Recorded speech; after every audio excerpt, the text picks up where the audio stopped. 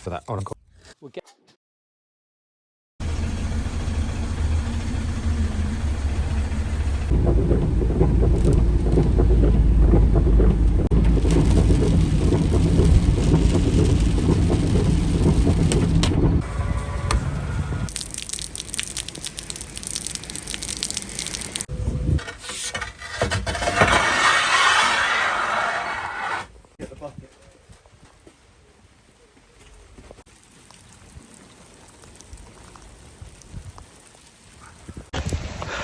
Here we are. Lovely day. This is the driveway that we've done. We can't sand it in at the moment. We compacted it. We put a rubber mat on underneath the compactor plate. Some people say, how did you compact it without the sand? But they're able to use it. They're able to use the drive. And but there's no way we're going to be brushing any sand in that for any period of time.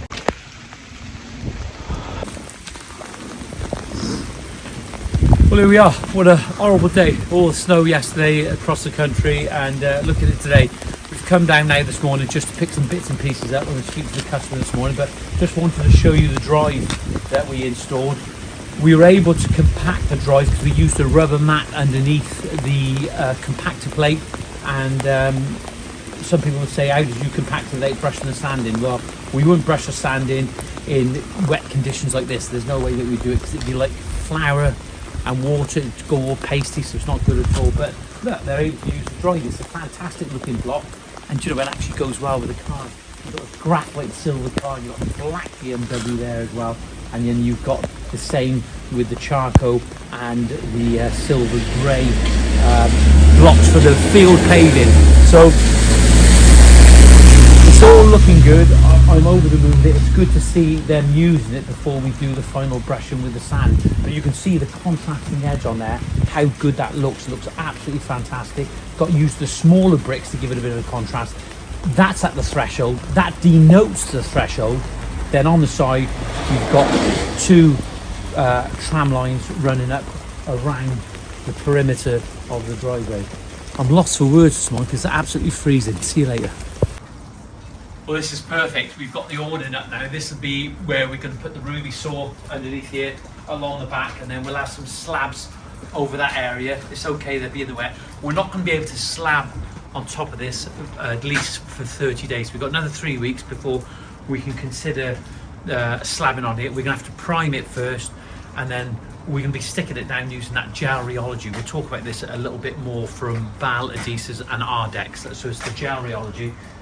You use a 20mm notch trowel and just scrub on the back of the, you don't have to use a notch trowel on the back, just scrub on the back, just put some adhesive on the back of the slab. We'll show all that later anyway, but this will be good. We've got the ruby, though the ruby is, you put it out in the rain, you can cut in the wet and everything. You should be using a pressure washer on them when you're cleaning them. But we'll be able to put the ruby underneath here, as I said, and now what we're going to be able to do this morning, if you turn around and have a look underneath here now, we've got this balcony. It's going to be a fantastic project to actually work on. Slabs in, we'll talk about the slab as well in a moment, but we've got this balcony we can work underneath here, and we can dry lay some of our slabs out so our client can see and take it in and sort of like soak it up of how the paving's going to be before we start laying, and maybe mark some lines on the ground as well. But we're going to lay a few down there so they'll be able to see. If you look here, when we did the concrete in, it's all nice and clean now, because I come the following day, and even when we were tamping the concrete up, I was making sure that it was nice and clean.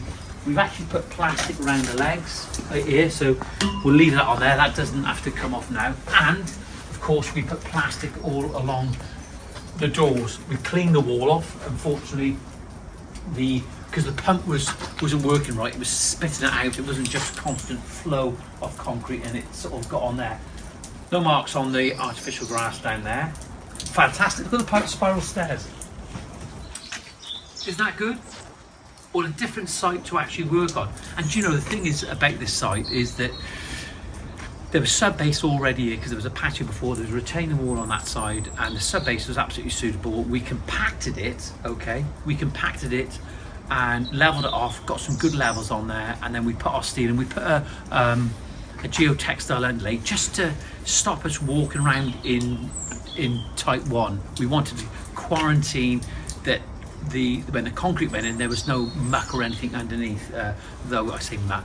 And the other thing, of course, is that we have actually gone one brick below damp course. Somebody said to me that I'd come up to damp course level, but I haven't. I've actually even got a 90mm gap between the house and the concrete, so there'll be a nice void in there that will create good aeration, but we are one brick below damp, and in domestic situations you can do that.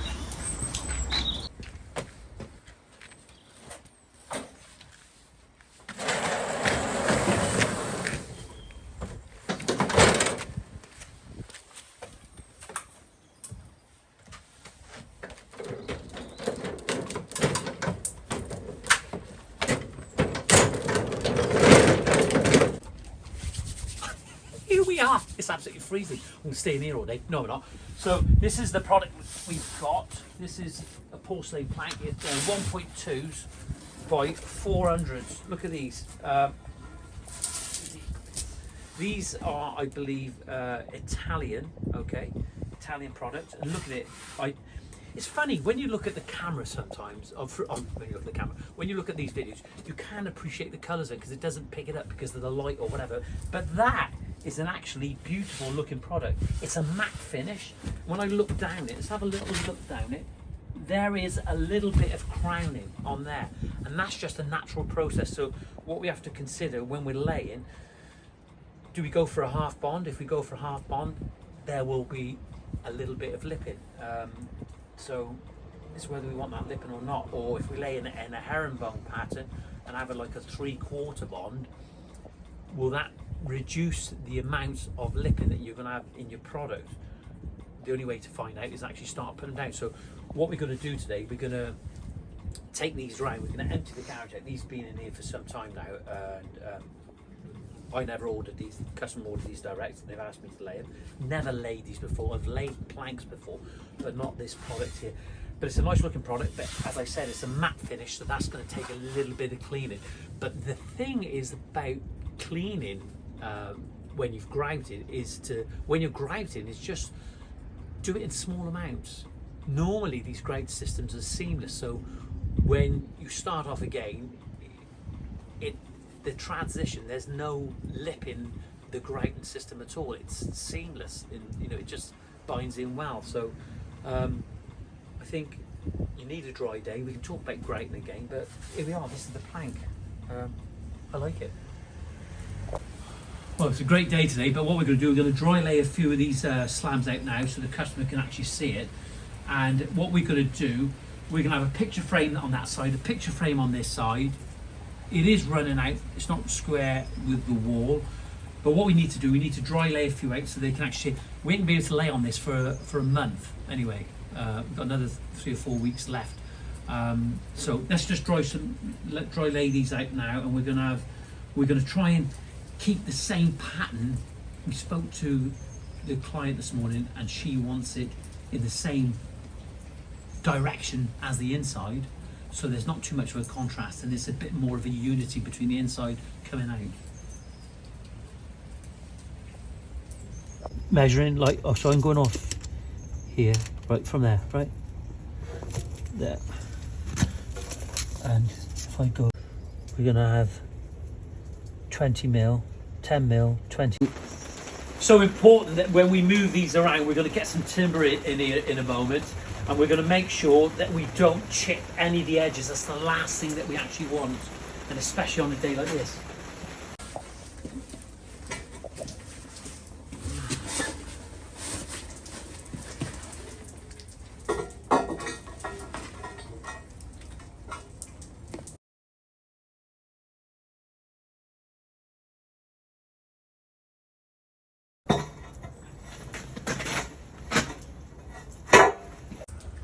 So we're starting to dry lay this Italian porcelain out now, the 1.2 by 400, and we're putting them at the same angle as the inside. I'm not sure whether that's the right thing to do at this point, but it's up to the customer, between the husband and the wife, to decide that the way they want it. So we're going to dry lay a few more out now, but what it will allow them to do, it will allow them to make more of a comprehensive decision, or an executive decision with the wife, about which way that they want it. But they look absolutely fantastic, and certainly when they start getting wet, they got a different look about them as well.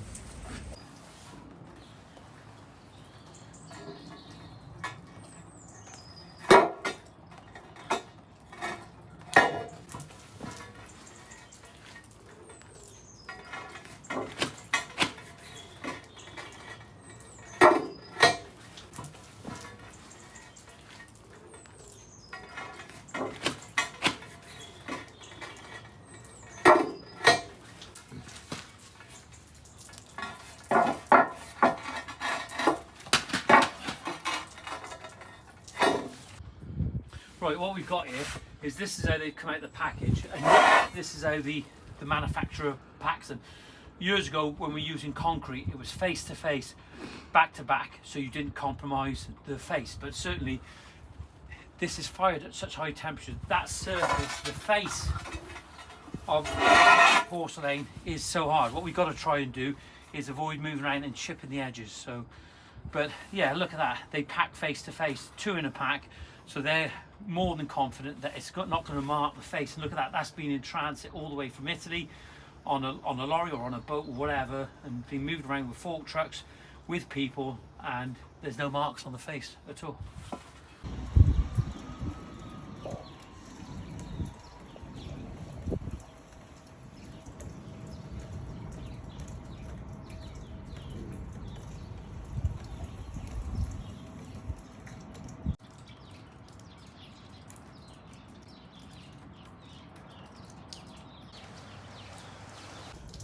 Well, that was quite intense then, doing all that, filming that footage. I really felt for Dan, having to hold the camera and being a camera, the audio man, and going through all that. And we've tried to get as much information so we can share it on various platforms across the internet, which is good. You know, hopefully that somebody will learn from that, and I'm learning from that. I'm learning from the response, to be honest. I'm prepared to put myself out there like a bit of a guinea pig and see what people actually are saying, and from their response I actually learn and I actually can think about it.